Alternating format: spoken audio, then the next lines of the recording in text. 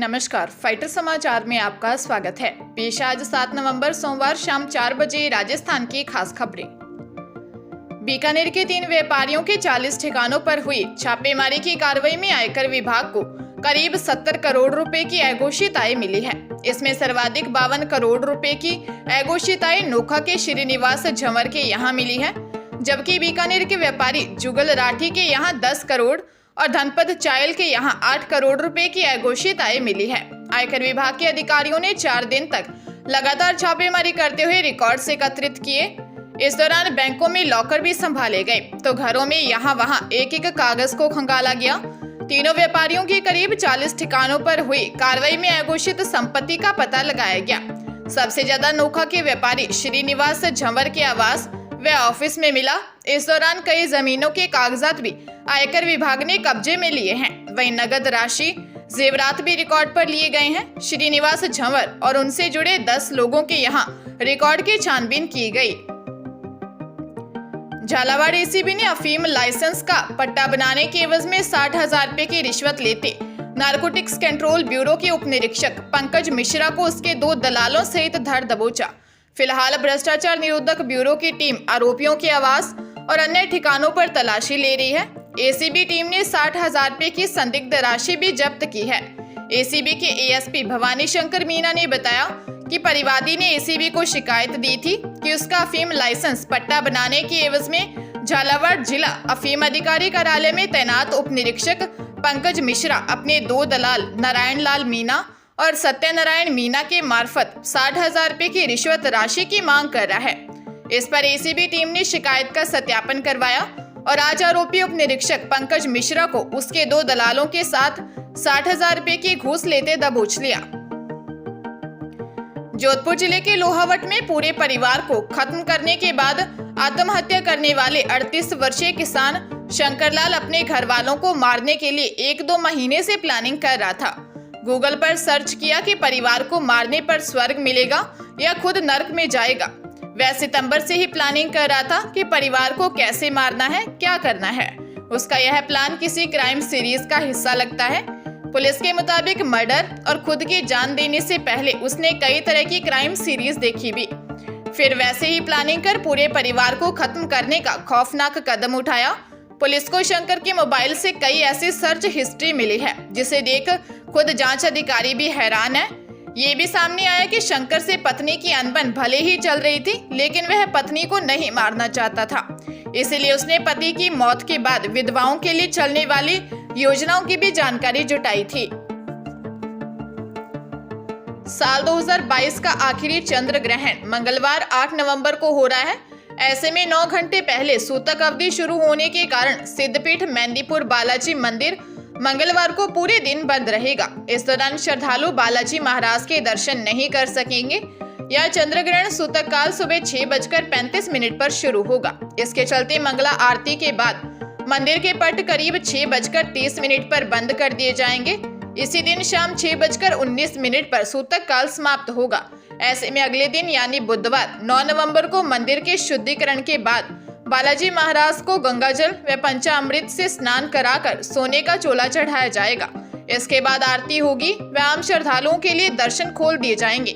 बताया जा रहा है कि भारत की पूर्व दिशा के शहरों में पूर्ण चंद्र ग्रहण और बाकी शहरों में आंशिक चंद्र ग्रहण दिखेगा।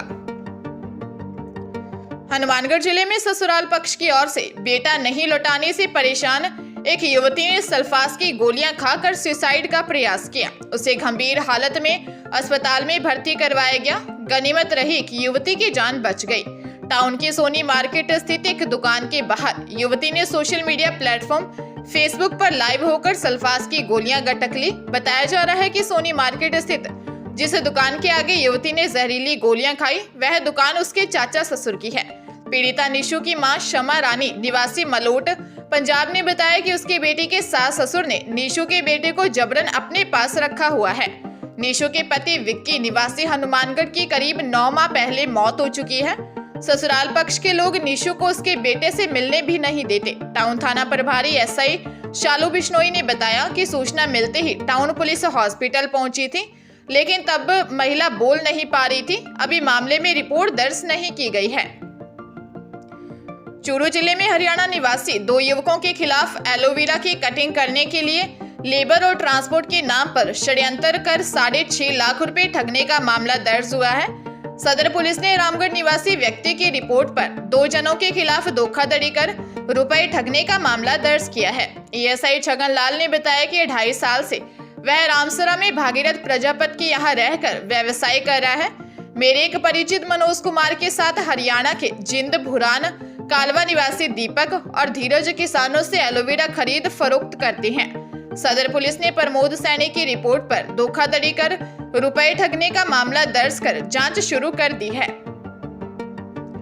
अजमेर जिले के पनेर में बेटी की शादी के दूसरे दिन रात को कमरे के ताले तोड़कर चोर करीब 30 लाख रुपए के जेवरात व नकदी ले गए। वारदात के समय घर वाले कमरे का ताला बंद कर दूसरे कमरों में सो रहे थे। सुबह उठे तो चोरी का पता चला।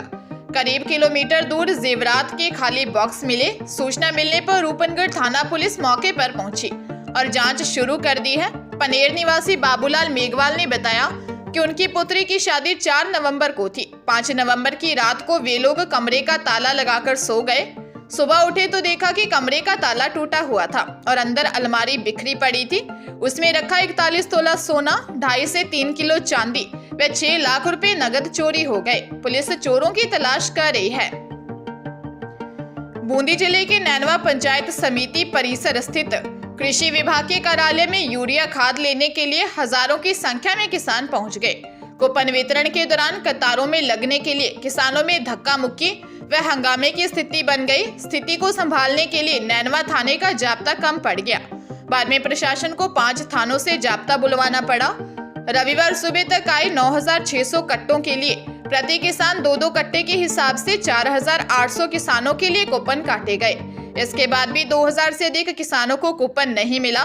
गुस्साए किसानों ने पंचायत परिसर में रखी एक टेबल व कृषि विभाग की टेलीफोन लाइन के तार उखाड़ दिए। मौके पर पहुंचे अधिकारियों ने किसानों को समझाकर शांत कराया। कई किसान खाली हाथ ही लौट गए।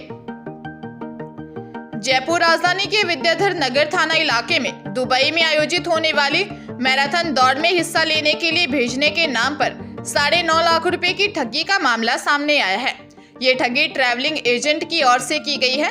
ट्रैवल्स मालिक ने फर्जी टिकट और टूर पैकेज के जाली दस्तावेज तैयार कर पीड़ित को भेजकर मोटी राशि ठग ली। थानाधिकारी अनिल कुरेल ने बताया कि परिवादी ने शिकायत दी है कि उसकी भांजी नूपुर जानू और बहन अनीता जानू को अगस्त माह में दुबई में होने वाली मैराथन दौड़ में हिस्सा लेने के लिए मुंबई से जाना था। ट्रैवलिंग एजेंट प्रकाश जाजू से संपर्क कर टूर पैकेज के बारे में बातचीत की। एजेंट की ओर से बताए गए 9,50,000 रुपए के पैकेज को फाइनल कर दिया और पूरी राशि ऑनलाइन ट्रांसफर कर दी थी। पुलिस ने मामला दर्ज कर जांच शुरू कर दी है।